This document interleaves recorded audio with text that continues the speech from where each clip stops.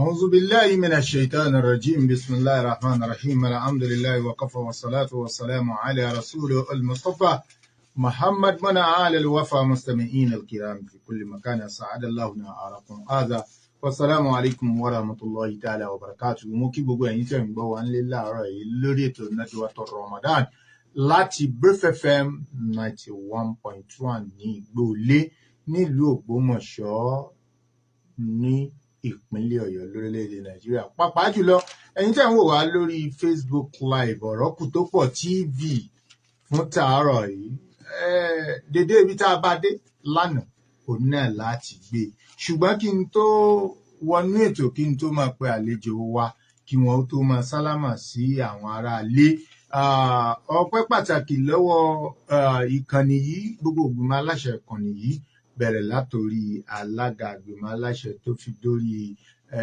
alámòjútó apàṣẹwà níkànnì yìí tó fi dórí olóòtú ètò yìí Adémọ́lá ọmọọba Adémọ́lá Àtẹwọgbàríàdí àbí bẹ́ẹ̀ kọ́ ni bí èèyàn bá ti jẹ́ adé prince nù.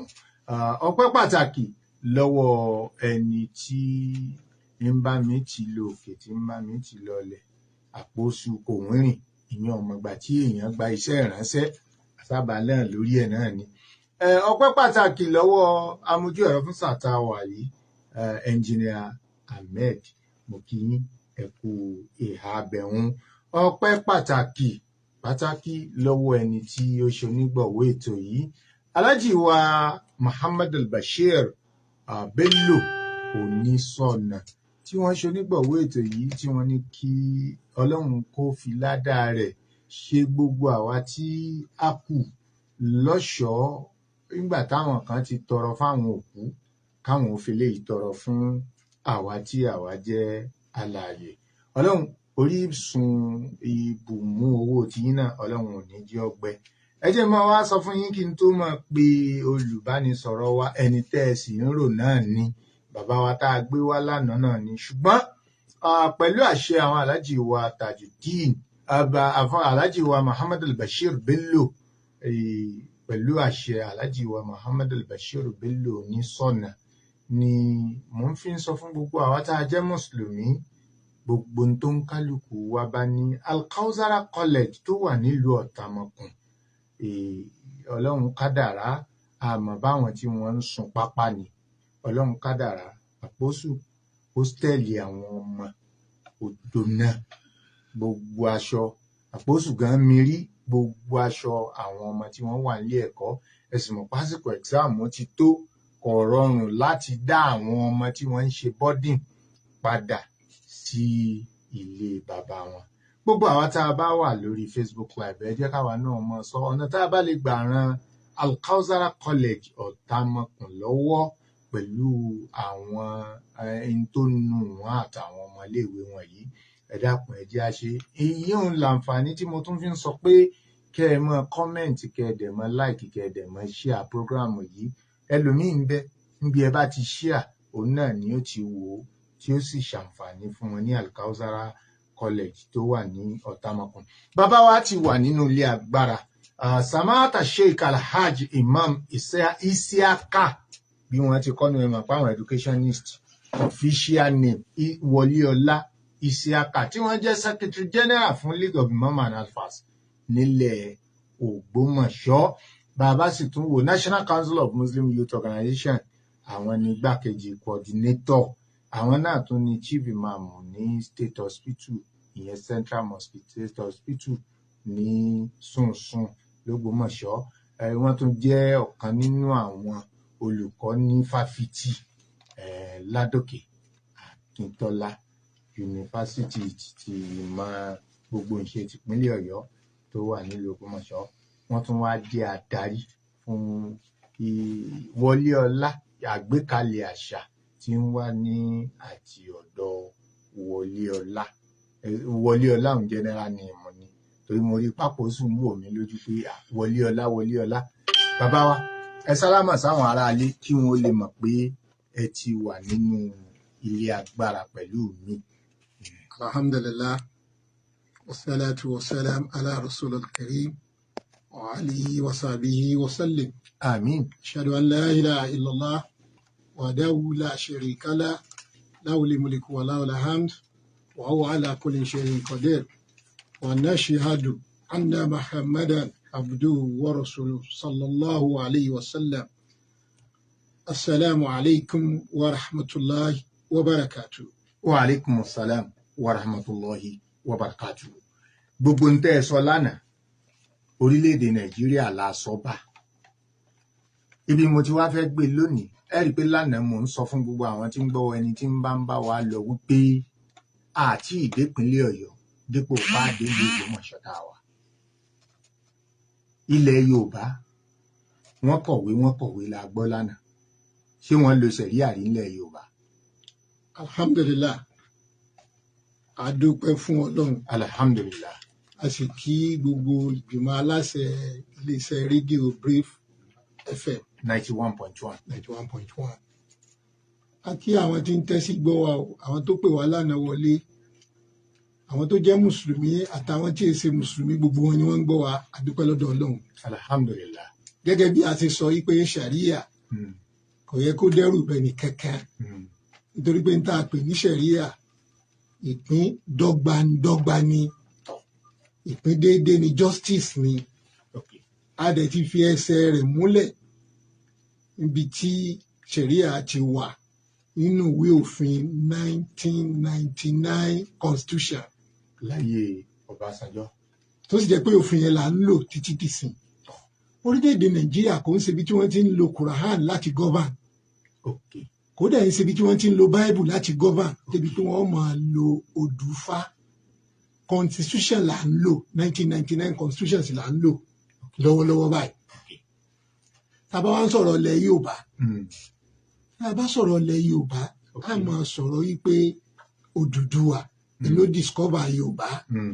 Tá bá ń sọ̀rọ̀ ilẹ̀ Yorùbá a máa sọ̀rọ̀ ìpínlẹ̀ Ọ̀yọ́ tó ní 33 local government, Ọ̀ṣun tó ní 30, Èkìtì tó ní 16, Ondo tó ní 18, Lagos tó ní 20 yàtọ̀ sí SCDA tí wọ́n tó ní 37 ní Lagos State. A fẹ́ mú Kogi àti Kwara mọ́, a fẹ́ mú Ogun State mọ́, bó tilẹ̀ jẹ́ pé Kogi and Kwara lọ́dọ̀ àwọn olóṣèlú North Central Political Zone ni wọ́n belong sí. Àwọn tó ń kọ́ à ń sọ Yorùbá ń bí ńlá fi kà wọ́n mọ́ wa. Ìsàlẹ̀ Ọya wọn sì tún wà. Bó ṣe wá rí nìyẹn. Odùduwà òun ló discover Ilé-Ifẹ̀ ní 600 BC. Ìtàn sọ fún wa wípé ọba àwọn kan ń bẹ Ilé-Ifẹ̀ kò sí tọ́ka wa pẹ̀lú yẹn. Àmọ́ Islam ọba ẹ̀sìn ìbílẹ̀ bá a ṣe máa ń pè yẹn ní ilẹ̀ Yorùbá láti Ilé-Ifẹ̀ torí pé gbogbo wa la believe pé Ifẹ̀ ni orírun ilẹ̀ Yorùbá. Islam bá àwọn ẹ̀sìn kan níbẹ̀ bí mo ṣe wí fún wa lánàá tí mo establish ẹ̀ yìí pé Islam wọlé ní 10th century Islam wọ Ilé-Ifẹ̀. Àwọn èèyàn máa wò pé ṣé Islam nìkan ní bẹ ní ilẹ̀ Yorùbá ni ṣé kò sẹ́sìn míì ní Christianity wà o, àwọn tí ò ṣe nǹkan kan gan wà o, àwọn tí ń bọ flower wà o, àwọn tí ò bọ kankan tí nílẹ̀ Yorùbá wa iná kò sí tí ó ṣe o. Christian wa wọlé Yorùbá wá àwọn ò dé sí Ilé-Ifẹ̀, Abẹ́òkúta làwọn dé sí. Wọ́n dé ní 24 September 1842. 1842. Àwọn Methodist ló kọ́kọ́ dé káwọn yòókù tó máa dé. Ẹ rí i pé Abẹ́òkúta ibi tá a fi ètò wa sùn sí lánàá ó ní pé tí kò sí ṣẹ̀ríà nílẹ̀ Yorùbá ni lẹ́yìn ìgbà táwọn bàbá wa ti kọ̀wé tí mo ní kó kálukú wá lọ wo ákáì wọ́n lo ṣẹ̀ríà nílẹ̀ Yorùbá. Ẹ já wo ìlú Ẹdẹ. Bẹ́ẹ̀ ni láyé ọba Àbíbọ́lá Ṣàgólàmí Ọlágúnjú wọ́n lo ṣẹ̀ríà lẹ́dẹ̀. Ọba yìí sì ṣèjọba rẹ̀ ní 1817 títí di 1900. Wọ́n lò jọba ṣẹ̀ríà Àbíbọ́lá Ṣàgólàmí Ọlágúnjú Timi of Federland ó sì jọba ní 1817 títí di 1900. Bákan náà nígbà tó papòdà tán ṣẹ̀ríà tún continue láti máa exist ní 1918 lẹ́kọ̀ọ́ títí di 1918 lẹ́tẹ̀ tó jẹ́ orírun àbí tó jẹ́ olúùlú fún Nàìjíríà. Wọ́n lo ṣẹ̀ríà níbẹ̀ káwọn bìrìtìkó tó dé láyé ọba Àdèlé Àjọsùn.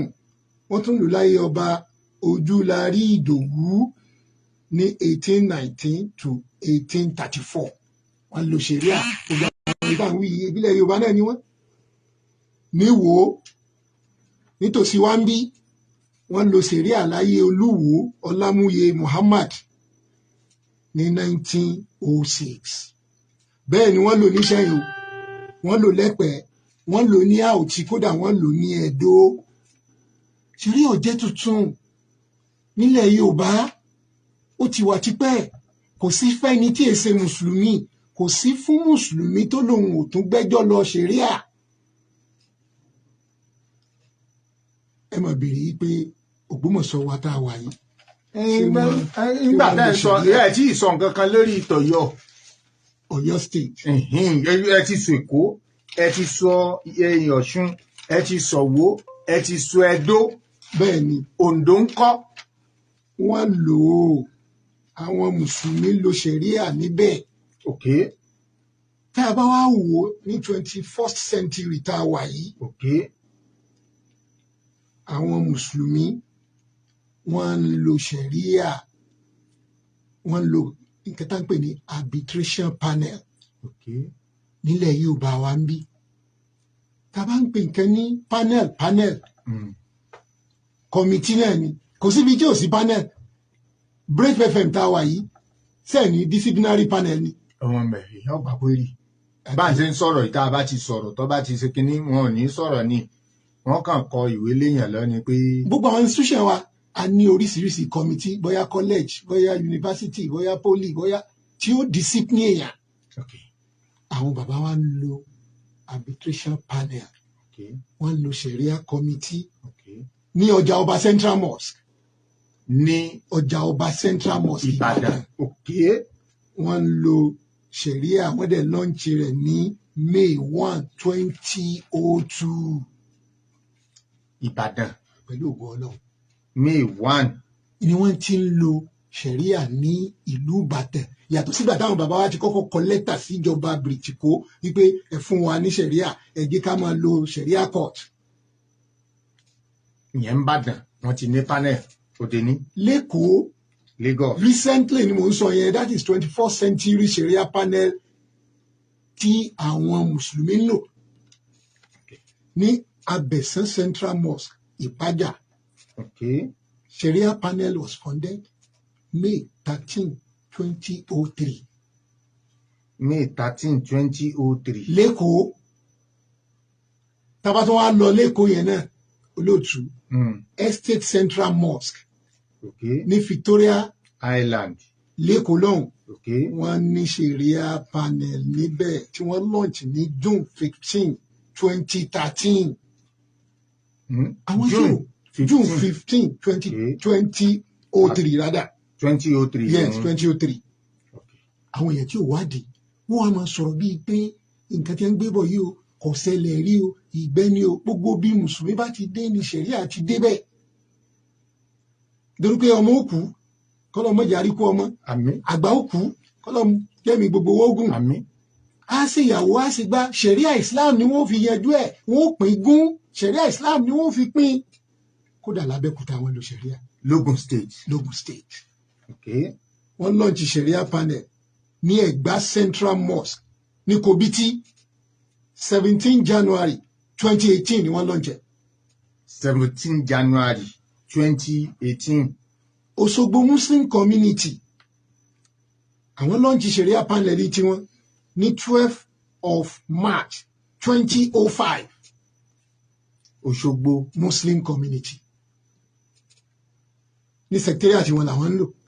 Bákan náà Adó Èkìtì Muslim Community tó dariwo láìpẹ́ yìí àwọn náà establish sharia panel wọn ní January 2025 kò sí wàhálà kankan ẹni tí ok ẹ jẹ́ kí n tún tẹ̀síwájú mẹ́rin ẹ já wo Lagos State as an example ní Lagos State ní 2022 wọ́n create customary law section 22 Lagos State customary law wọ́n allow wípé kí Sharia court kó máa sit Chief Judge Lagos State ńjọ́ náà ó wá declare ìfàkọ̀ ìjàyè customary court láti máa jókòó gbọ́ Islamic personal law.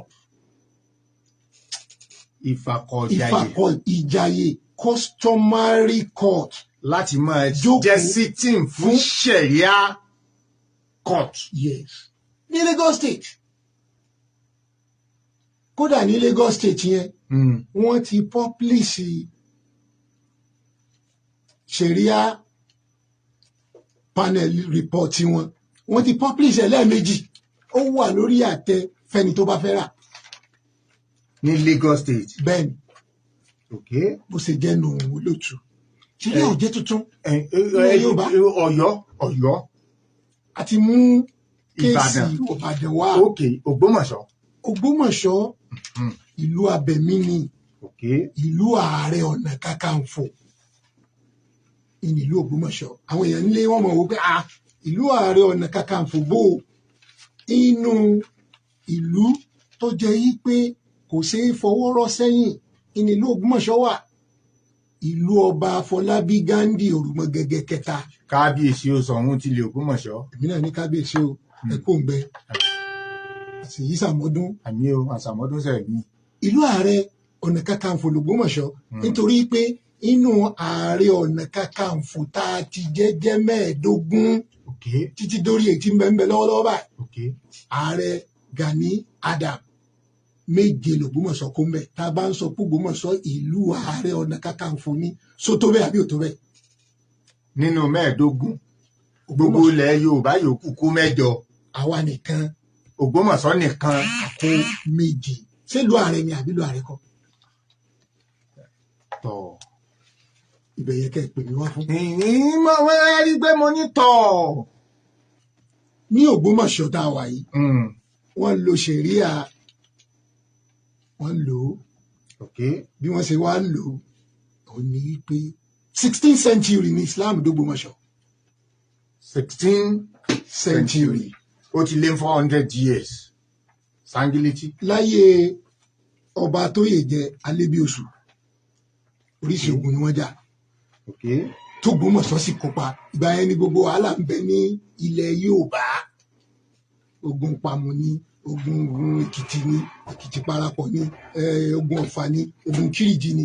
Bí ogun yìí ṣe pọ̀ tó kò sọ kankan nínú ẹ̀ tó kọlu pé mùsùlùmí ẹ má lo Sharia.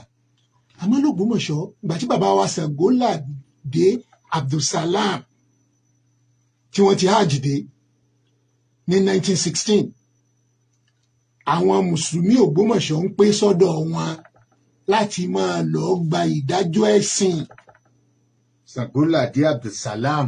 Alájà àgbà ní jẹ́ báyẹn 1916 ni wọ́n lọ hajj táàbà yìí pé nìkankan tó kọ́kọ́ lọ hajj nílùú Ògbómọ̀ṣọ́ 1916 láàárí onítọ̀hún sì ní Ṣàngóládé Abdulsalami Lágòdò. Arúbìnrin náà tó lọ olóòtú. Ní 1916 yẹn náà. Nǹkan ló ń lọ. Obìnrin tó lọ Mọ́kà l'Ògbómọ̀ṣọ́ 1931 ní rẹ́kọ̀dù fi hàn pọ̀ lọ.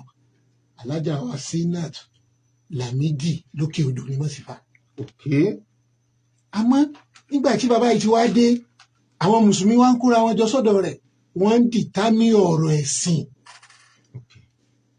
1916 wọ́n ti bẹ̀rẹ̀ sí lo Sharia nílùú Ògbómọ̀ṣọ́ wọ́n ń lò ó kódà dì sí àwọn League of Imam and Alpha Ògbómọ̀ṣọ́ line wọ́n ní Sharia panel tiwọn.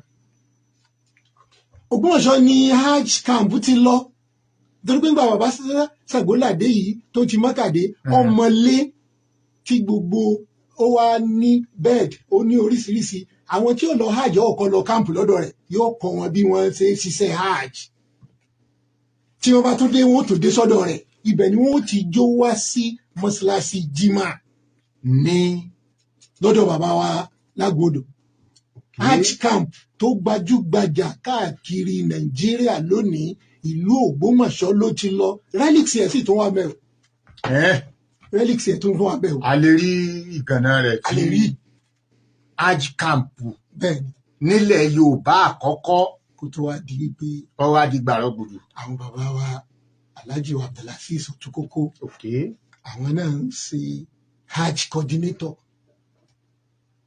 bàbá wa otukoko gbajúmọ̀ hajj coordinator ni wọ́n honorable tún ni wọ́n jẹ councillor rí àsọ̀tàn otukoko ń bí àrí bàbá wa akóredé bashir àwọn náà ṣe hajj coordinator bàbá wa jimá agbọmọjó lókè ajẹlọ wọ́n ṣe hajj coordinator bá alhaji bashir okunmebo alhaji okunmebo musbaudin alhaji yakin sodiq alhaji yakin murafa àti bàbá wa iná ojú yusuf àbí wọn ò sẹ́yìn. ibi ẹ ti lọ bòmí. mo lọ bòmí kí wọ́n lè mọ̀ pé Ògbómọ̀ṣọ́ la wà. ẹ jẹ́ wọn á béèrè béèrè bí ẹ jẹ́ ń béèrè béèrè mi kí wọ́n lè mọ̀ pé Ògbómọ̀ṣọ́ la wà. Brave FM 91.1 nílùú Ògbómọ̀ṣọ́ òun náà lè ń gbọ́ lórí ètò Nadwatu Ramadan eléyìí tí Alhaji wa Muhammad al-Bashir Bello Onísọ̀nà tí wọ́n ṣonígbọ̀wọ́ rẹ̀ ẹ kú àtótónu látàárọ̀ inú àwọn ìbéèrè tí mo fẹ́ mú wá ẹ ti já wàláhì ẹ ti já bí wọ́n ṣe tẹ́wọ́ gbà l'Ógbómọ̀ṣọ́ ẹ ti já mọ́ ẹni ó dé tí wọ́n bẹ̀rẹ̀ sí lo sẹ̀ríà ẹ ti já mọ́ ṣùgbọ́n ẹ jẹ́ ìbéèrè kan tí mo fẹ́ béèrè ẹni 16th century ni sẹ̀ríà ti d'Ógbómọ̀ṣọ́ ṣé àwọn mùsùlùmí ò lo sẹ̀ríà kó tó di pé ẹ̀yìn Ṣàngóládé Alhaji Ṣàngóládé Abdulsalam ẹ ti àjìjẹ ni. ó wọ́n lò ìgbà tó wà more pronounced òun ní 1916 wọ́n gbé ọlá fún ẹni tó lé ọmọ ká tó dé wọ́n gbé iyì fún ìwọ ti lọ mímọ́ gbogbo bí mùsùlùmí kò sí ni wọ́n ti ń lo sẹ̀ríà. mo wá wò pé ìwọ ti lọ lẹ̀ mímọ́ o ti fojú gán ní ànábì. ó tún ń rìnà jù wá lọ. wọn èèfà ìmọ̀ kan ṣe nǹkan. ó ṣe rí nìyẹn. nínú ìbéèrè tí mo tún fẹ́ bi yín ṣẹ̀ríà nílẹ̀ Yorùbá ṣẹ̀ríà court torí gbogbo ohun tó bí ọ̀rọ̀ yìí ni pé àwọn èèyàn ti dá wàhálà lẹ̀ èmi àpẹ sọ ni pé wọ́n fẹ́ dá wàhálà lẹ̀ wọ́n ti dá wàhálà lẹ̀ débi pé àti bá a débi pé kódà àti kíkíra wa mùsùlùmí sí mùsùlùmí gan a fẹ́ kíra wa mọ́ gbọ́dọ̀ bá ti dọ̀rọ̀ ṣẹ̀ríà. ẹ lọ fẹ́ fàyè. àwọn tí wọ́n ń pariwo ṣẹ̀ríà bá a bá fẹ́ gbé kalẹ̀ ní ilẹ̀ Yorùbá ẹ ti já mọ̀ pé Ifákọ̀jayé customary court yes Anthony General Lagos State bẹ́ẹ̀ni wọ́n ti ní kí wọ́n máa rọ́ọ̀nù ṣẹ̀ríà sitting bẹ́ẹ̀ni as ṣẹ̀ríà court bẹ́ẹ̀ni ní Lagos State yes wọ́n dẹ̀ ti gbé rìpọ́ọ̀tù jáde ní 2022. ibi tá a sùn sí lánàá a ti establish gbogbo àwọn section tí ṣẹ̀ríà wà nù Federal Republic of Nigeria Constitution of 1999. ó lè wà nù constitution tí implementation ọ̀bá tí ìṣẹ̀lẹ̀ kò sọ̀rọ̀ ṣe ẹ ti gbọ́. sample kan mo ti mú wa ẹ lọ sí Lagos State kẹ lọ copy. ẹni ó bá fẹ́ ṣe ṣẹ̀ríà láwọn state ńlẹ̀ Yorùbá kọ́ lọ Lagos State. kò sí stress níbẹ̀ ababa fẹ́ ṣe lọ́yọ̀ state as an example. tó fẹ́ dariwo. procedure wà àwa la gbé bó ti yẹ. mùsùlùmí ni ò gbé bó ti yẹ. ẹ̀kọ́ wo la rí kọ́ lára Udàbíyà àtànàbì ṣe. ànábì ṣe jihad Udàbíyà. ebi wọn ní March 31 6/28 lànàbì ṣe. March 31 6/28 lànàbì ṣe the treat of Udàbíyà. ẹ ṣeun. wọn lànàbì ò ní ṣe kankan kò ní wọlé kò ní bá wọn kírun àwọn ò ní gbà fún àwọn ò ní ṣe gbá ẹjẹ́ àfẹ̀kọ́ ti ṣàríà yẹ ká fi kọ́ ní tí ń ṣẹlẹ̀ yìí nínú ìpínlẹ̀ Ọ̀yọ́ àbí ní Ondo state àbí ní Èkìtì state. Prophet make peace with them. Wọ́n sign memorandum, wọ́n kọ lẹ́tà, wọ́n jọ jókòó wípé kò sí wàhálà, àní báyíjà, àní ṣègbà. Sáwa mùsùlùmí ìpínlẹ̀ Ọ̀yọ́. Àbáwa mùsùlùmí ìpínlẹ̀ Ọ̀ṣun àbí mùsùlùmí Èkìtì àbí mùsùlùmí Oǹdó. Ọ̀ṣun ò sí lára wa. Ọ̀ṣun ti kọ lẹ́tà sí House of Assembly rí, mo sọ lánàá. Wípé àwọn ń fẹ́ ṣe Court. Sáwa mùsùlùmí Muslim Community of Oyo State. Sáà ti kọ lẹ́tà sílé ìgbìmọ̀ aṣòfin. Lọ́yọ̀ọ́. Sáà bàbá kọ́ sáà àti fún ọ ní reminder. Ilé ìgbìmọ̀ aṣòfin ní ibi iṣẹ́ ó ti kọ́kọ́ bẹ̀rẹ̀. You just take to the street. What is the meaning of that? Àwọn academics dé. Mo rò pé ọ̀rọ̀ yìí ó nídìí kí. Ṣé a ti notify government? Ta ni ó mọ̀ ṣèjọba tí ó pè é bàjọba jẹ́ mọ́ lórí? Ẹni tí ń ṣèjọba. Officially. Ilà ti sọ pé àwọn bàbá wa ti ń kọ lẹ́tà yìí o. Ẹ wo ọjọ́ tí wọ́n ti ń kọ bọ̀. Ìgbà tá a ti wá bẹ̀rẹ̀ 5th Republic. Ó yẹ ká tún remind wọn Muslim community Èkìtì, Muslim community Ondo, Muslim community Ọ̀yọ́. Kódà tí 1999 táwọn Muslim community Ọ̀ṣun ṣe kí wọ́n tó kọ. 1999 ni Muslim community Ọ̀ṣun. Wọ́n tó kọ kí wọ́n gbé sí inú ìwé ìròyìn kí gbogbo ayé ó rí. Kí wọ́n communicate. Memorandum. Òfin fàyè gbà náà. Kí Muslim community Ogun State náà ṣe bẹ́ẹ̀. Kí ti Ondo State ó ṣe bẹ́ẹ̀. Kí wọ́n pe àwọn ọmọ wọn ẹbá ní rep kí wọ́n fìwé lé wọn lọ́wọ́ ní constituency wọn. A ní senator. Kí wọ́n fìwé lé wọn lọ́wọ́ ní constituency wọn. House of Assembly. Kí wọ́n fìwé lé wọn lọ́wọ́ ní constituency wọn. Gbégèdé ń tá a fẹ́. Wọ́n sì mọ̀ sí ní bòńkẹ́lẹ́ wọ́n gbé sínú ìwé ìròyìn mò ń kò ti Muslim of South West lánàá tí wọ́n bá Ọbásanjọ́ ṣe meeting. Muswen ìyẹn former president wa Chief Olúṣẹ́gun Ọbásanjọ́. Ní 1999. Wọ́n gbé sínú tribune náà. Àṣìríkà bẹ́ẹ̀. Àṣìríkà. So it's left to us láti decide. Kádẹ̀ ti implement. Exactly. Kò sí nǹkan tó stop wa nítorí pé Sharia is for the willing Muslims. Ẹnìkan béèrè lánàá nínú footnote. Ó ní. Mo ń bọ̀ abẹ́hùn ìbéèrè pọ̀ mo fẹ́ ká yanjú àwọn tí ń bẹ ńlẹ̀ ni torí pé ọ̀rọ̀ ti pọ̀ lẹ́nu àná bóyá dédé ibi tẹ́yìn rí ní Facebook live nínú ìbéèrè tí tó tún wà nílẹ̀. Mashallah. Ni pé ọ̀rọ̀ ṣẹ̀ríà yìí tá à ń wí àmójútó ẹ̀. Yes. Bó o lẹ wò pé a lè ti ṣàmójútó ẹ̀ ní ọ̀dọ̀ wa ń bí. Àmójútó bò ó. Torí pé àwọn tó ní Sharia panel bóun ni wọ́n ti ń ṣàmójútó ẹ̀ ní Lagos State, bóun ni wọ́n ti ń ṣètò Abẹ́òkúta, bóun ni wọ́n ti ń ṣe ti Èkìtì, bóun ni tọ̀yọ́ State, bóun ni tàwọn League of Imam and Alpha ti ń ṣe tí wọ́n ń bí. Ìyẹn òun ṣe big deal. Ń padà dé torí pé ó dàbí ẹni pé ibi tí mò ń lọ gbogbo ẹ̀yin tẹ̀ ń gbọ́ wa ń lé.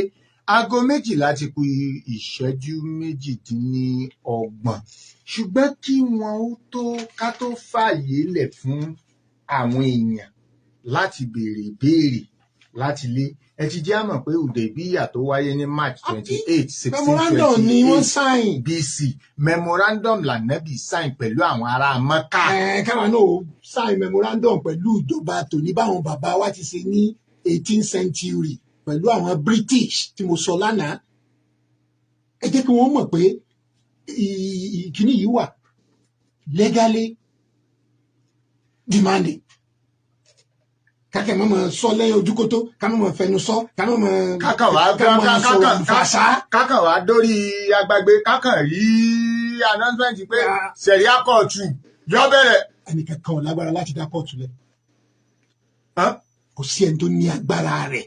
Àfìjọba ìjọba ó kọ́kọ́ lọ sí House of Assembly.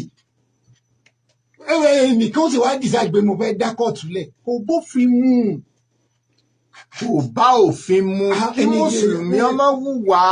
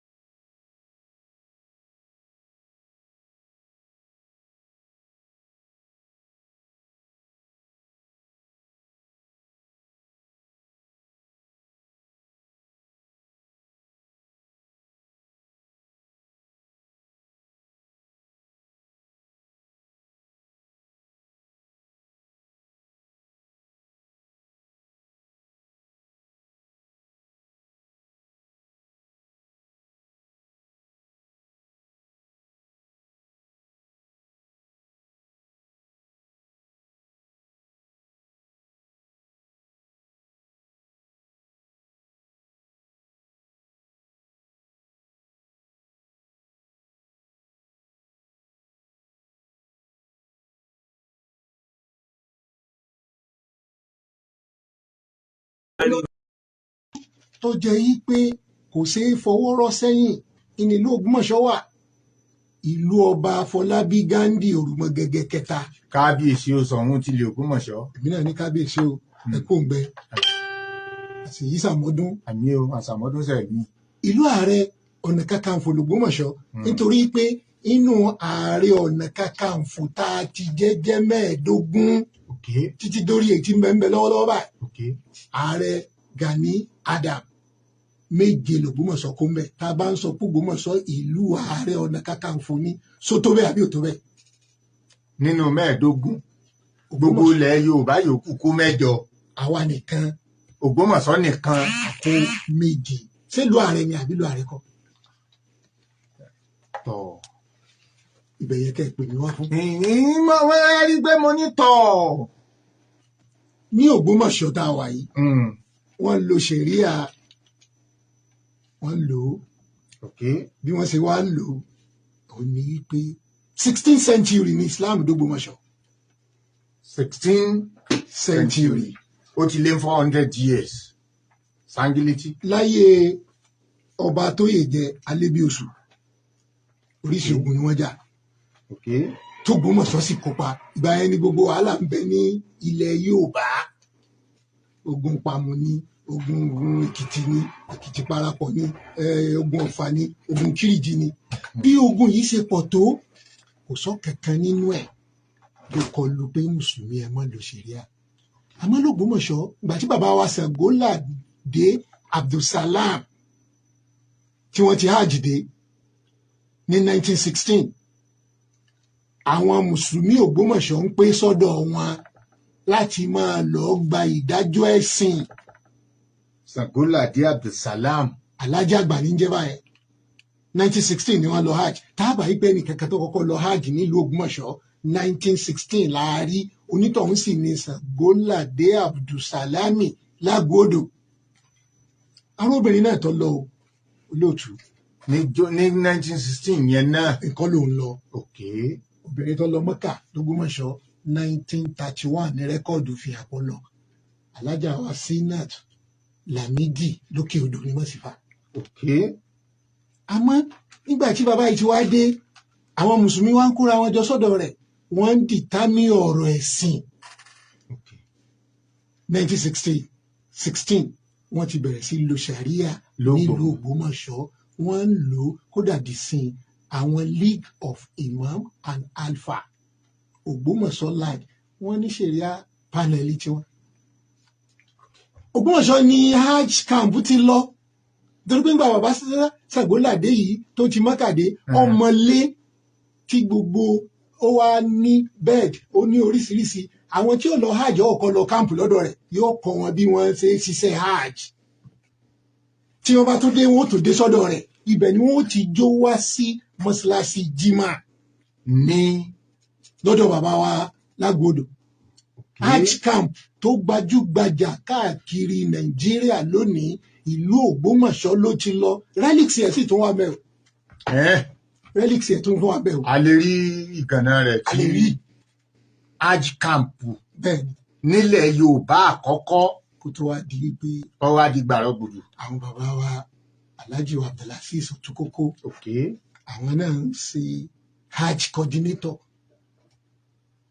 bàbá wa Otukoko gbajúmọ̀ hajj coordinator ni wọ́n honorable tún ni wọ́n jẹ́ councillor rí àsọ̀tàn Otukoko ń bí àrí bàbá wa Akóredé Bashir àwọn náà ṣe hajj coordinator bàbá wa Jimoh Agbọ́mọjọ́ lókè ajẹlọm wọ́n ṣe hajj coordinator bá Alhaji Bashir Okunmebo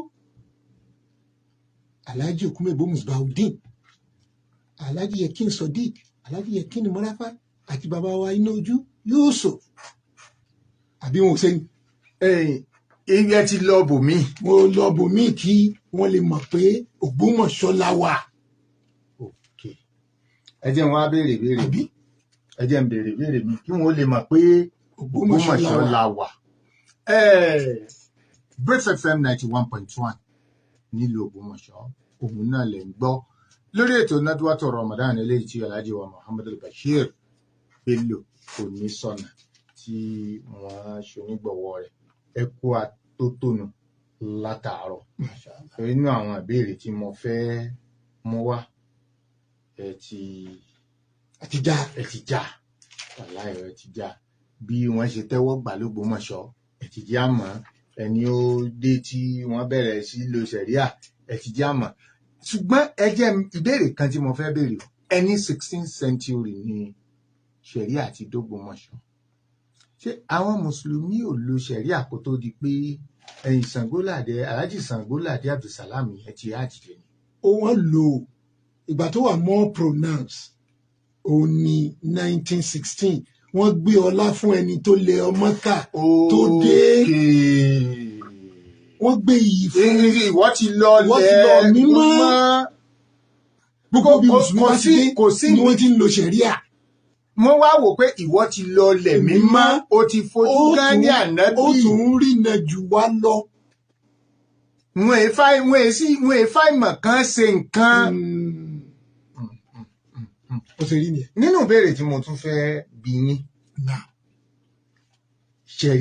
ṣẹ̀ríà nílẹ̀ Yorùbá ṣẹ̀ríà court torí gbogbo ohun tó bí ọ̀rọ̀ yìí ni pé àwọn èèyàn ti dá wàhálà lẹ̀ èmi àpẹ sọ ni pé wọ́n fẹ́ dá wàhálà lẹ̀ wọ́n ti dá wàhálà lẹ̀ débi pé àti bá a débi pé kódà àti kíkíra wa mùsùlùmí sí mùsùlùmí gan àfẹ́ kíra wa mọ́ gbọ́dọ̀ bá ti dọ̀rọ̀ ṣẹ̀ríà. ẹnu fẹ́ fàyè. àwọn tí wọ́n ń pariwo ṣẹ̀ríà bá a bá fẹ́ gbé kalẹ̀ ní ilẹ̀ Yorùbá ẹ ti já mọ̀ pé Ifákọ̀jayé customary court yes Anthony General Lagos State bẹ́ẹ̀ni wọ́n ti ní kí wọ́n mọ rọ́ọ̀nù ṣẹ̀ríà sitting bẹ́ẹ̀ni as ṣẹ̀ríà court bẹ́ẹ̀ni ní Lagos State yes wọ́n dẹ̀ ti gbé rìpọ́ọ̀tù jáde ní 2022. ibi tá a sùn sí lánàá a ti establish gbogbo àwọn section tí ṣẹ̀ríà wà nù Federal Republic of Nigeria Constitution of 1999. ó lè wà nù constitution tí implementation ọ̀bá tí ìṣẹ̀lẹ̀ kò sọ̀rọ̀ ṣe ẹ ti gbọ́. sample kan mo ti mú wa ẹ lọ sí Lagos State kẹ lọ copy. ẹni ọba fẹ́ ṣe ṣẹ̀ríà láwọn state ńlẹ̀ Yorùbá kó lọ Lagos State. kò sí stress ńbẹ Ababa fẹ́ ṣe lọ́yọ̀ state as an example. Tó fẹ́ dariwo. Procedure wà, àwa la gbé bó ti yẹ. Mùsùlùmí ni ò gbé bó ti Àwa yẹ. ni ẹ̀kọ́ wo la rí kọ́ lára Udabiyya àtànàbì ṣe. Ànábì ṣe jihadil Udabiyya. Ebi wọn ní March 31, 628 lànàbì ṣe. March 31. 628 lànàbì ṣe the treat of Udabiyya. Ẹ ṣeun.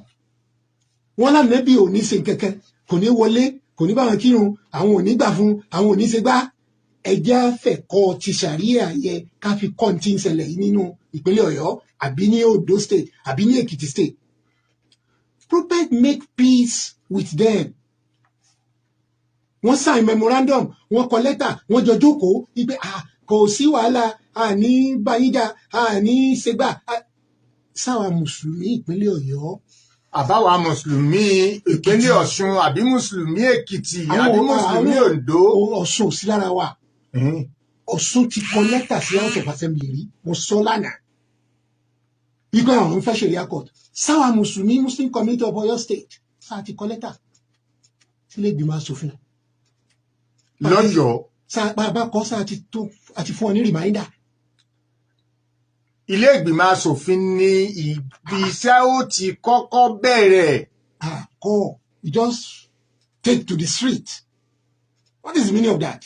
Àwọn academics dé. Mo rò pé ọ̀rọ̀ yìí ó nídìí kí. Ṣé a ti notify government? Ta ni ó mọ̀ ṣèjọba tí ó pè é bàjọba jẹ́ mọ́ lórí? Ẹni tí ń ṣèjọba. Officially. Okay. Ìlà ti sọ pé àwọn bàbá wa ti ń kọ lẹ́tà yìí o. Ẹ̀wòjọ́ tí wọ́n ti ń kọ́ bọ̀. Ìgbà tá a ti wá bẹ̀rẹ̀ 5th Republic. Ó yẹ ká tún remind wọn Muslim community Èkìtì, Muslim community Ondo, Muslim community Ọ̀yọ́. Kódà tí 1999 táwọn Muslim community Ọ̀ṣun ṣe kí wọ́n tó kọ́. 1999 ni Muslim community Ọ̀ṣun. Wọ́n tó kọ́ kí wọ́n gbé sí inú ìwé ìròyìn kí gbogbo ayé ó rí. Kí wọ́n communicate. Memorandum òfin fàyè gbàlà. Kí Muslim community Ogun State náà ó ṣe bẹ́ẹ̀. Kí ti Ondo State ó ṣe bẹ́ẹ̀. Kí wọ́n pe àwọn ọmọ wọn ẹbá ní rep kí wọ́n fìwé lé wọn lọ́wọ́ ní constituency wọn. A ní senator. Kí wọ́n fìwé lé wọn lọ́wọ́ ní constituency wọn. A House of Assembly. Kí wọ́n fìwé lé wọn lọ́wọ́ ní constituency wọn. Gbẹ́dẹ̀dẹ̀ ń tá a fẹ́. Wọ́n sì mọ̀ sí ní bòńkẹ́lẹ́, wọ́n gbé sínú ìwé ìròyìn. Mò ń kò ti Muslim of South West lánàá tí wọ́n bá Ọbásanjọ́ ṣe meeting. Muswen ìyẹn former president wa Chief Olúṣẹ́gun Ọbásanjọ́. Ní 1999. Wọ́n gbé sínú tribune náà. Àṣìríkà bẹ́ẹ̀. Àṣìríkà. So it's left to us láti decide. Kádẹ̀ ti implement. Exactly. Kò sí nǹkan tó stop wa. Nítorí pé Sharia is for the willing Muslims. Ẹnìkan béèrè lánàá nínú footnote. Ó ní. Mo ń bọ̀ abẹ́ òun. Ìbéèrè pọ̀. Mo fẹ́ ká yanjú àwọn tí ń bẹ ńlẹ̀ ni. Torí pé ọ̀rọ̀ ti pọ̀ lẹ́nu àná. Bóyá dèdè ibi tẹ́yìn rí ní Facebook Live nu. Nínú ìbéèrè tí tó tún wà nílẹ̀. Mashallah. Ni pé ọ̀rọ̀ Sharia yìí tá à ń wí yìí. Àmójútó ẹ̀. Yes. Bó o lẹ wò pé a lè ti ṣàmójútó ẹ̀ ní ọ̀dọ̀ wa ń bí. Àmójútó bò ó. Torí pé àwọn tó ní Sharia panel bó o ni wọ́n ti ń ṣàmójútó ẹ̀ ní Lagos State, bó o ni wọ́n ti ń ṣètò Abẹ́òkúta, bó o ni wọ́n ti ń ṣe ti Èkìtì, bó o ni tọ̀yọ́ State, bó o ni tàwọn League of Imam and Alfa ti ń ṣe tiwọn bí. Ìyẹn ò ń ṣe big deal. ń padà dé torí pé ó dàbí ẹni pé ibi tí mò ń lọ gbogbo ẹ̀yin tẹ́ ń gbọ́ wa ń lé aago 12 ti kù ìṣẹ́jú 28 ṣùgbọ́n kí wọn ká tó fààyè lẹ̀ fún àwọn èèyàn láti béèrè ìbéèrè láti lé ẹ ti jẹ́ àmọ̀ pé Udabiyya tó wáyé ní March 28, 1628 BC memorandum lànàbì sign pẹ̀lú àwọn ará Mẹ́kà. Káwa náà sign memorandum pẹ̀lú ìjọba tòní báwọn bàbá wa ti ṣe ní 18th century pẹ̀lú àwọn British tí mo sọ lánàá ẹ jẹ́ kí wọ́n mọ̀ pé ìkíní yìí wà legally demanding kákẹ́ mọ́ sọ lẹ́yìn ojúkótó ká mọ́ fẹnu sọ ká mọ́ kákàn wá dórí agbègbè kákàn rí announcement pé sẹ̀ríà kóòtù yọ bẹ̀rẹ̀. ẹnìkan kan ò lágbára láti dá kóòtù lẹ̀ kò sí ẹni tó ní agbára rẹ̀ àfìjọba ìjọba ó kọ́kọ́ lọ sí House of Assembly nìkan ó sì wá decide pé mo fẹ́ dá kóòtù lẹ̀ kò bófin mu. Kò bá òfin mu kí mùsùlùmí ọmọ wùwà. No. Àwọn bàbá wa gan òwúrú rẹ̀ ẹ wò gbà tí mo ti sọ fún wa pé wọ́n ń kọ lẹ́tà sí àwọn British.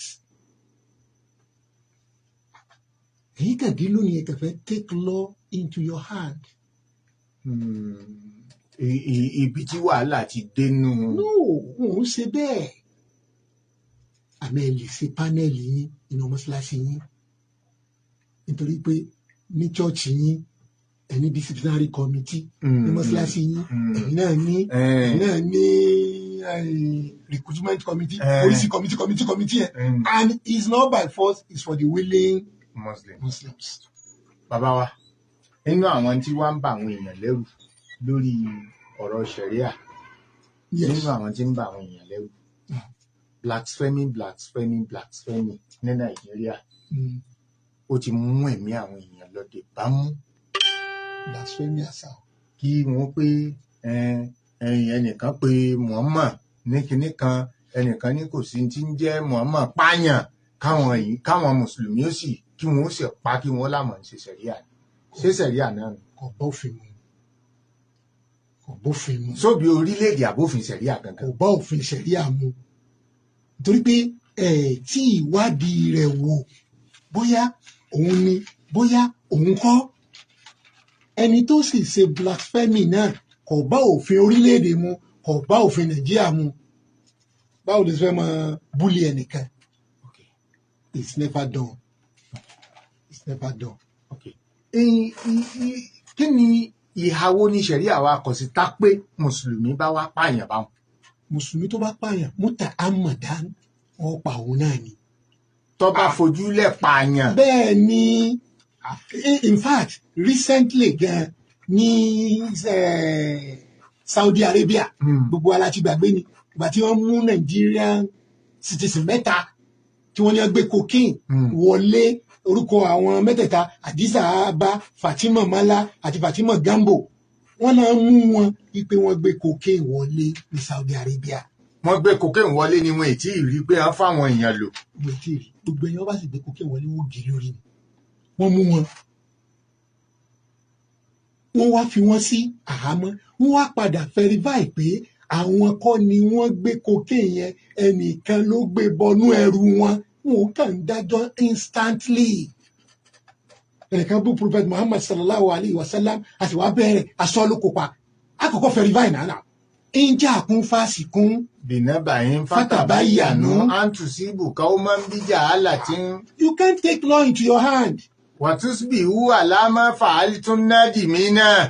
Ààyè ò gbà kábù Prophet Muhammad ààyè ò gbà kábù Prophet Jesus alayhi salatu wa salam. Àmọ́ ààyè ọ̀gbà kéèyàn tó wá take law into hand. Kò sí bẹ́ẹ̀ ní í ṣe wá. Wọ́n sì tún gbé sórí social media. Àìmọ̀kan ni. Bàbá wa nínú ìbéèrè míì tí mo tún fẹ́ bi wá ọ̀rọ̀ lẹ́nu lọ́lẹ̀ èyí tí èkì pẹ́ yìí à ń gbààwẹ̀ bá a ṣe fẹ́ bẹ̀rẹ̀ àwẹ̀ àwọn kan nílẹ̀ Haúsá ni wọ́n bá ní sùkúù tọ́ba ìsí wọ́n sì ń lọ fi àwọn ọlọ́pàá tí Hisba ni wọ́n pe àwọn ọlọ́pàá yẹn lápá àríwá orílẹ̀-èdè wọ́n ní àwọn sẹ̀ríà panel àwọn sẹ̀ríà judge yẹn ní káwọn ọmọ ẹ lọ ti sùkú ṣé bóòlù lẹ́yìn náà nínú sẹ̀ríà ṣé báwa náà bá ṣe ní ọ̀dọ̀ wa ń bí ṣé irú rẹ̀ ò ní padà ṣẹlẹ̀. Kò lè ṣẹlẹ̀ torí pé mode of operation school kankan ti wà. Wọn ò determine rẹ̀ àwọn British tí wọ́n determine rẹ̀ wọn ò determine rẹ̀ pẹ̀lú faith. Wẹ́dà ni wọ́n fi determine iléèwé wípé àsìkò òjò rẹ́gẹ́dẹ́ ilá gba long vacation. Okay. Ó kí ni ìtumọ̀ yẹn? Tá a bá fẹ́ tún ṣe á ṣẹ̀ṣẹ̀ tó wá jókòó àpérò ni. Ṣẹ̀ríà tá à ń sọ̀rọ̀ rẹ̀ yìí tá à ń sọ̀rọ̀ rẹ̀ kò ń ṣe local law. Kì í ṣe òfin abẹ́lé. Kì í sọ pé òfin tí wọ́n fẹ́ máa lò ní Nàìjíríà nìkan wípé bóyá Kano State, Zamfara State. No, Sharia law is widely acceptable. Ní Kenya tá à ń dẹ̀ ń sọ̀rọ̀ rẹ̀ yìí ní ìsìn báyìí fàpẹ̀rẹ̀. Okay. Kò ń ṣe Muslim community ni wọ́n ń lo Sharia níbẹ̀. Kenya. Tanzania non-Muslim ni wọ́n bẹ̀. Wọ́n practice Sharia ń bẹ̀. Ethiopia ibi tá Nábì kọ́kọ́ lọ. Tọ́kọ́ ṣe ìjírá lọ. Ṣé n pé ìjírá méjìlá Nábì ṣe? Ó kọ́kọ́ ṣe ìjírá lọ sí Ethiopia. Abacha. Tá à ń pè ní Ethiopia lónìí. Gbogbo àwọn tí ń bẹ ń bẹ̀. In fact, Christian ni gbogbo wọn. Ní Ethiopia. Bí 5% ni Mùsùlùmí tó wà ń bẹ̀. Àwọn Ethiopia fáwọn Mùsùlùmí láyè tí wọ́n fi jẹ́ 5% yẹn kán máa lo Sharia. Láàrin ara wọn. Sharia is not a local law. Okay. Uganda ní East Africa ń bí. Okay. Tí capital wọn jẹ́ Kampala. Wọ́n lo Sharia ń bẹ̀. In fact, àwọn Uganda ń tiwọn, àwọn oúnjẹ ń ṣe Muslim, wọ́n ń ṣe Christian. Àmọ́ wọ́n ń lo Sharia. Wọ́n tún fáwọn Mùsùlùmí láyè kán máa lo Sharia. Okay. Gambia the same thing. Sri Lanka ní South Asia lọ́hùn. Àwọn tí wọ́n Buddhism ni wọ́n ń ṣe. Wọ́n ń lo Sharia. So kí wọ́n á ní Sri Lanka population tó jẹ́ Mùsùlùmí bíi 3 or 5% ni. Nínú 100. 100. Àwọn 100 yẹn àwọn 95 àbí 97 wọ́n tún wá fún àwọn 5% or 4% Mùsùlùmí yẹn wọ́n fún ọ láyè ká máa lo Sharia. Mélòó ni gbogbo Muslim population Nàìjíríà á tó àjùbẹ́ yẹn lọ. Sharia yìí ṣe pé ẹ̀yin tẹ́ ẹ̀ ṣe Mùsùlùmí ẹ̀ nílọ. Ìbáwọn kan sọdún tí wọ́n gba ẹ̀tọ́ ọmọnìyàn Mùsùlùmí àtẹni tí ẹ̀ ṣe Mùsùlùmí tí wọ́n ní wọ́n gbọ́dọ̀ jáde. Àwọn obìnrin wọ̀nyí jáde. Àwọn ọkùnrin náà bá jáde. Ẹ̀yin ọkùnrin níbo míì nílùú mi wọ̀nyí jáde. Kò ń ṣe bẹ́ẹ̀ lélẹ́yìn. Egypt àlèmọ́ òpin Arabian country ni. Bó ṣe wá jẹ́ Arabian country tí Islam ó jókòó ń bẹ̀ yẹn. Àwọn tí ẹ̀ ṣe Mùsùlùmí níbẹ̀ ìjọba Egypt fún wọn láyè pé ẹ̀yin Kìrìsìtẹ́nì o ẹ ní Sharia Christian court tiyín. Ẹ má pé ẹ jẹ́ Kírísítẹ́nì kò sọ pé kẹ́ ẹ wá Sharia court tọ̀dọ̀ tiwa. Sharia is justice. Téèyàn bá gbọ́ Sharia kọ́ máa rò pé wọ́n fẹ́ bẹ́ẹ̀yàn lórí. Inú ilé mo lọ kí ọ̀rẹ́ mi kan tó jẹ́ Christian. Okay. Inú mission yìí ti sọ pé tí mo bá mú ọ Jọ́ọ̀nù màá sì dá Sharia fún ọ. Kí ni ìtumọ̀ rẹ̀? Ẹ̀yin ṣe justice fún ẹnìyẹn United Kingdom ṣe Muslim ní mẹ́rin. UK ní London. Wọ́n ní Sharia arbitration tribunal. Germany wọ́n allow Sharia. India wọ́n allow Sharia. Tí wọ́n bá ń sọ̀rọ̀ Sharia kò ń ṣe pé local law ni àìmọ́ gbé kalẹ̀ tàwa náà ní ń jẹ́ bàbá ìgbàgbàkúgbà. Bàbá gbà bàbá yìí sì gbàgbàkúgbà. Sharia justice ni. Tàwa lọ wọnú Exodus 22-17. 10 commandments mẹ́mẹ́. Gbogbo tí ń bẹ́nu 10 commandments yẹn ìní Sharia kó nú mọ́jàlè orí bí wọ́n ṣe kó wa lọ. Kọ́dà àwọn tó kó wa lálàjì. Bí ẹ bá wá kówó lọ tán wọ́n wá lọ gbé bíbélì ńlá kan wọ́n pa wọn lọ ṣọ́ọ̀ṣì wọ́n wá gbé bíbélì ńlá bọ̀ wá ṣọ́ọ̀ṣì. Wọ́n gbé Kùránì kan. Wọ́n mọ̀ kọ́ mọ́sálásí káàkiri. Bíbélì sì ní gbọ́dọ̀ jalè inú 10 commandments nǹkan mẹ́wàá ní mẹ́mẹ́.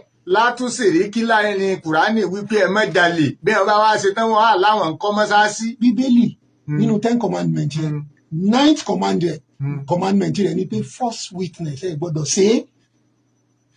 Ìpè ẹni ọkọ̀ọ̀kọ̀ rí tọ́kọ́ lòun wá jẹ́rìí. Ìjẹ́rìí èké 10th commandment ibẹ̀ òun ni say no to embezzlement. That is Exodus 22-17. Kí wá ní wàhálà nígbà tí Bíbélì ní ẹ̀ṣẹ̀ déédéé justice ní Psalm 89 verse 4 ẹ̀fọ́nkálukú lẹ́tọ̀ọ́ ẹ̀ Psalm 82 verse 3 ẹ fún kálukú lẹ́tọ̀ọ́ ẹ̀ kí wọ́n á ní kódà tá a bá fẹ́ wú ní odúfá tó ní ẹ gbọ́dọ̀ jalè ẹ fún kálukú lẹ́tọ̀ọ́ ẹ̀ wá. ẹ wá o èwo lẹ tún gbé wá yìí o odùfá kan ní ẹ gbọ́dọ̀ jalè ẹ fún kálukú lẹ́tọ̀ọ́ ẹ̀ bẹ́ẹ̀ ni táwọn babaláwo sì mọ̀. ẹ bá àwọn babaláwo náà ń gbọ́n dáhùn yìí ṣe rédíò àwọn mùsùlùmí nìkan la ní ká gbọ́ ni 254 chapter of Ifá tí wọ́n ń pè ní odù ìkà ọ̀fún àbí ìkà funfun 254 chapter. àbí ọ̀fún méjì gbogbo ẹ̀ pátá nǹkan mẹ́ẹ̀ẹ́dógún àbí mẹ́rìndínlógún ní bẹ́ẹ̀nbẹ́ẹ̀ wọ́n jalè wọ́n kìíwèé wọ́n sì sìnà ní bẹ́ẹ̀nbẹ́ẹ̀ bí Kùránì ṣe wá tó yẹn o kọ́mọ́dé gbé fáṣí wá commandment inú Al-Qur'an méjì náà ni spiritual commandment and social commandment. Then for example spiritual commandment ó ní wàá kí mú sọláta wàá tú sọkáta spiritual ní gbogbo yẹn àbí kí n náà pè é spiritual commandment ni àmọ́ Ọlọ́run tá a lẹ́gẹ́lẹ́ bákí nínú social commandment Al-Qur'an mẹ́fà kan wá tẹ̀léra wọn kí ni mẹ́fà náà yí pé inna Allaha ya'muru bil-'adli wal-ihsan wa ita'i zil qurba wa yanha 'anil fahsha'i. Justice kí ni wal-ihsan generosity kéèyàn ṣe dáadáa. wa ita'i zil qurba. àwọn tó súnmọ́ yín Kùránì ò bá àwọn mùsùlùmí nìkan o. kò pé kìrìsìtẹ́nì kò pé babaláwo àwọn tó súnmọ́ yín kò pé kò ṣe kankan. ẹ ṣe dáadáa pẹ̀lú wọn. That is commandment of only Quran. wa yanha 'anil fahsha'i. ẹ wá gbọ́dọ̀ máa sọ̀rọ̀ burúkú á da ìlú tẹ̀bá fún àńṣẹ̀ríà. bẹ́ẹ̀ bá sì kò wá á pa yín ni. ta ló rán yín Kùránì ní wáyé ẹni 'anil fahsha'i. irú ẹni bẹ́ẹ̀ kì í ṣe mùsùlùmí òdodo. kálà mọ́lẹ̀ kó túká ẹni tí ń bá ti ń sọ̀rọ̀ pé òun ó pààyàn. ebi 6 commandment Kùránì làǹkà ẹ̀. wal-munkar wickedness èèyàn bí prophet Muhammad ẹ wá sọ lóko pa without verification. wal-munkar ọ̀dà tó wal-baghi oppression nítorí pé ẹ wá ń jọba ẹ wá ń dìní àwọn kan ní right wọn. kò dáa tó. ya'izukum la'allakum tazakkarun. ṣẹ̀rí àìṣe turbulent. ó sì wọ́n lọ́dọ̀ wa Nàìjíríà o ṣé Abdul Qadir.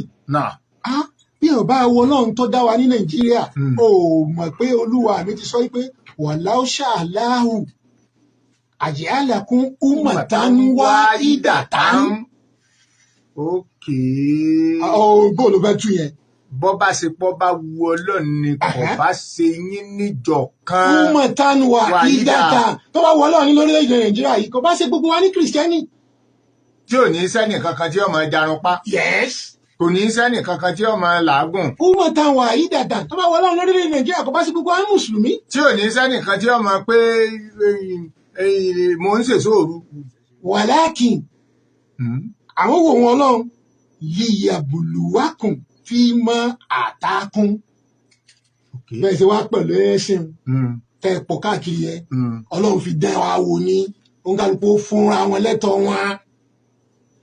àbí kí ni ọkùn tó pẹ̀ gbọ́. bàbá wa ẹ jẹ́ àwọn tí a ń bẹ ń lé. ẹ̀rí àlàǹfààní tó pọ̀ o. á padà sórí rẹ̀ ìṣẹ́jú mẹ́tàlá ló kù. nínú àǹfààní ìṣẹ̀lẹ̀ ẹ sọ méjì àbí mẹ́ta láàrin ìṣẹ́jú mẹ́ta. mọ́jà ti lọ jùlọ. recently kí n dé ètò ni. òní ni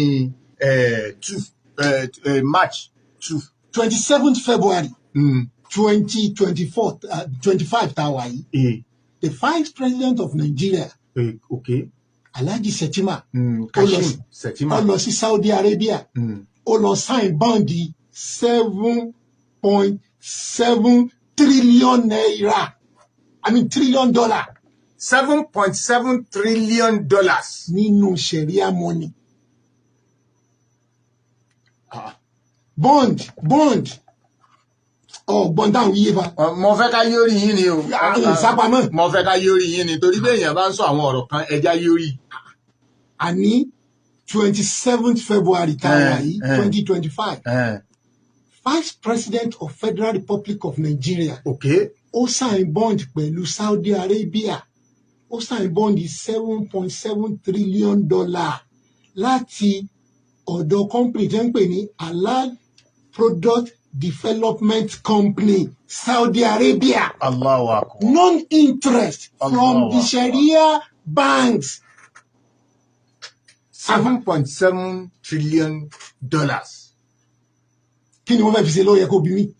Iná mọ̀ ń wò pé ẹ rí i pé mo. Wọ́n aláwọ̀ fi dọ̀nà. Àwọn fi ṣe sagric, àwọn fi somi, àwọn fi ṣe ná, àwọn ṣé Mùsùlùmí nìkan ni wọ́n máa rin ọ̀nà. Àǹfààní àkọ́kọ́ nù. Àǹfààní mi. Àǹfààní mi. Níjọ́ òní tí sùkúùkù dé. Okay. Àbó ti gbàgbé ni. Okay. Láyé 2017. 2017. Tí His Excellency former Vice President Ọ̀ṣínbàjò. Sùkúùkù bá dé làwọn human rights kan bá kóra wọn jọ.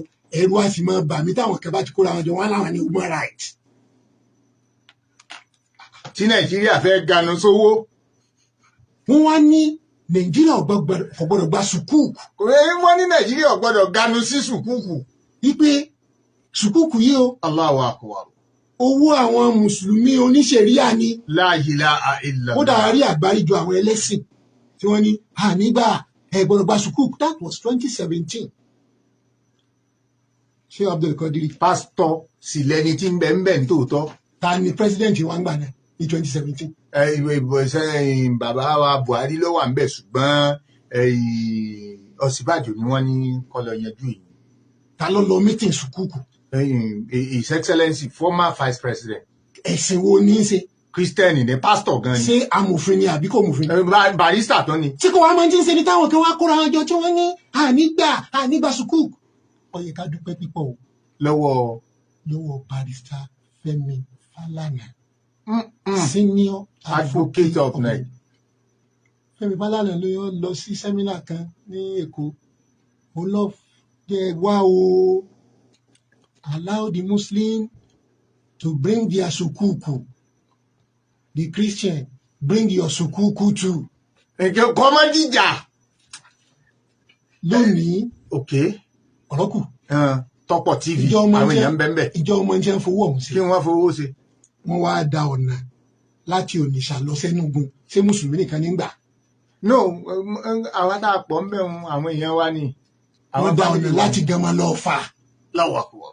Ṣé Mùsùlùmí nìkan ní gbà? Allahu Akbar. Wọ́n da ọ̀nà láti Ọ̀yọ́ s'Ògbómọ̀ṣọ́.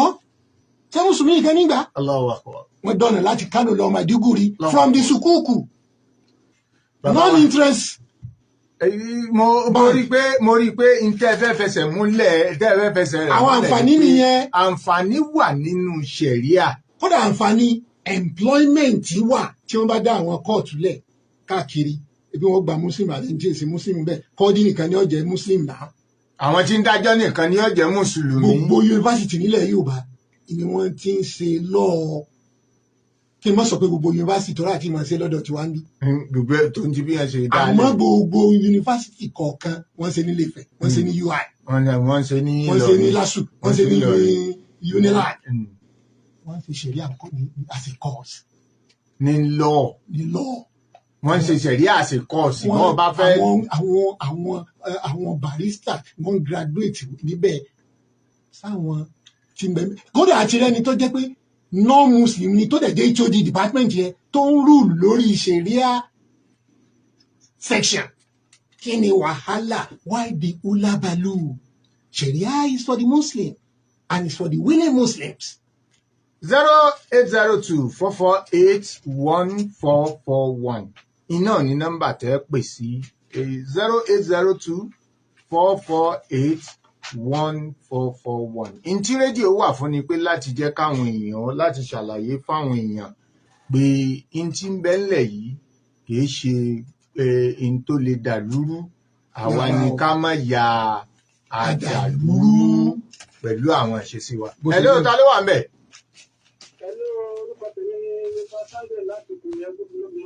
Mr. Sunday láti Kùyẹ́ l'Ògbómọ̀ṣọ́. Ẹ ṣeun. Àti bàbá wa tó kó wa tó tó lọ. Kí ni ìbéèrè yín? Ìbéèrè mi ni pé kí ní ìyẹn mọ̀jà wulẹ̀ fara kanra wa jẹ́. orílẹ̀-èdè tí wọ́n ti máa pàdé muslim country ni agbọn ibi tí wọ́n ti ń lò muslim ni ibi tí wọ́n ti fàájọ inú àwọn ìwé tí wọ́n pè ní àlùkùrán tí wọ́n ti fàájọ. ìgbà wá fẹ́ bí èsì pé ẹgbẹ́ ń lo ọgbọ́n ẹ̀tàn láti fi tàn kẹ́nìfẹ̀já tò wọ́n tí wọ́n fi ṣe kí ló dé bẹ́ẹ̀ pé wọn ò gbé kalẹ̀ ní mọ́sálásí tó jẹ́ bíi disciplinary committee fún ara wọn. àmọ́ pé kí ni ìlú mẹ́sìn ṣùgbọ́n lórílẹ̀-èdè yìí gbogbo wa ládẹ mọ bí ìtí ẹ̀sìn jẹ́ ibi tí ẹ̀sìn bá wà dé ọlọ́mọ ẹ̀sìn kí wọ́n lọ máa ṣe ní mọ́sálásí wọn kọ́ ló jẹ́ pé yóò kárí ìlú. ẹ ṣe èyí tí mo fẹ́ kọ́kọ́ correct yín sí òní pé muslim country ni wọ́n ti ń ṣe bóyá ẹ pẹ́kẹ́ tó join wa ṣé Kenya muslim country ni Tanzania ṣe muslim country ni Ethiopia ṣe muslim country ni Uganda ṣe muslim country ni ìyẹn fún dáhùn yẹn lẹ́yìn náà mo wá kí igbe ẹ ṣe pípọ̀ pé kí mọ́ṣáláṣí kọ̀ọ̀kan kó ní ṣẹ̀ríà panel ìmọ̀ràn dáadáa lẹ fún wa ẹ ṣe àdúpẹ́. ẹ lóyún ta ló wà ń bẹ̀. wàlékún sáwọn tó láì kí ló kọ yín ibo lẹ ti ń pè wá. Múrítàlá ló ń sọ̀rọ̀ láti ṣiṣẹ́. ẹ ṣeun ẹ ṣeun. akíbọ̀dá wa iṣẹ́ àkọwọlé alábẹ́ẹ̀jọ́ wa ọpọlọwọ́ ò ní jọba. àmín. àmín. òótọ́rọ̀ ni wọ́n ń sọ bàbá tó sọ̀rọ̀ tẹ́lẹ̀ ìṣẹ́ bó ṣe rí wọn ni wọ́n ń sọ yẹn. Area court nítorí dáa burúkú bá a ní. Wọ́n ọ̀dẹ́ tó rí pé lẹ́yìn kírísítẹ́nì ọwọ́ bẹ́ẹ̀. Àwa mùsùlùmí náà ni mo rò pé kírísítẹ́nì ọwọ́ bẹ́ẹ̀ o. Ṣùgbọ́n a gbọ́dọ̀ ní area court gbogbo tí ń ṣẹlẹ̀ Nàìjíríà ní ìṣẹ̀gbà tí ò sí ìṣèríà náà nígbà tí ń pọ̀ ọ̀pọ̀lọpọ̀ ọdún láti ò. Ẹ wo àwọn èèyàn ṣe ń pààyàn sí. Ẹ wo stampede ṣe ń ṣẹlẹ̀. Tẹ́ntẹ́yìn pa. Díyà tó bá yẹ pé ṣèríà wà ní. Ẹ mọ iye tí wọ́n san ni. Ká pé èèyàn bá ṣèèṣì pẹ́ nìkan kí ni èló ni wọ́n san nínú ṣẹ̀ríà.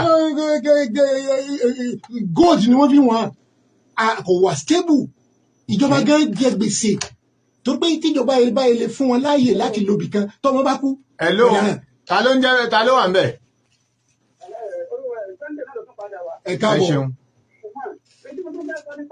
wọ́n ní wọ́n ń pààyàn táwọn ọ̀dẹ̀kan títìrì àlọ́ bá wà kò ní pààyàn nọ́ọ̀tì ọ̀yẹ̀ títì ní nọ́ọ̀tì orílẹ̀-èdè yìí gbogbo yìí ẹni wọ́n ti ń pààyàn jù Boko Haram ní nọ́ọ̀tì ni kí ló fà á títìrì àlọ́ ọ̀pọ̀ níbẹ̀ láti ṣe kọ́ńkà gbogbo nǹkan tó ṣẹlẹ̀ yẹn. ok ẹ ṣe ó dàbẹ̀ yín pé kéèyàn ó ní open minded fẹ́ dáa torí pé táwọn ọba wà open minded yà lè wá sórí rédíò wa máa sọ̀rọ̀ nǹkan tá a sọ ẹ mú àpẹẹrẹ wá pé ní nọ́ọ̀tì ni wọ́n ti ń pààyàn àwọn ilẹ̀ Ìgbò wọn ò pààyàn mẹ́.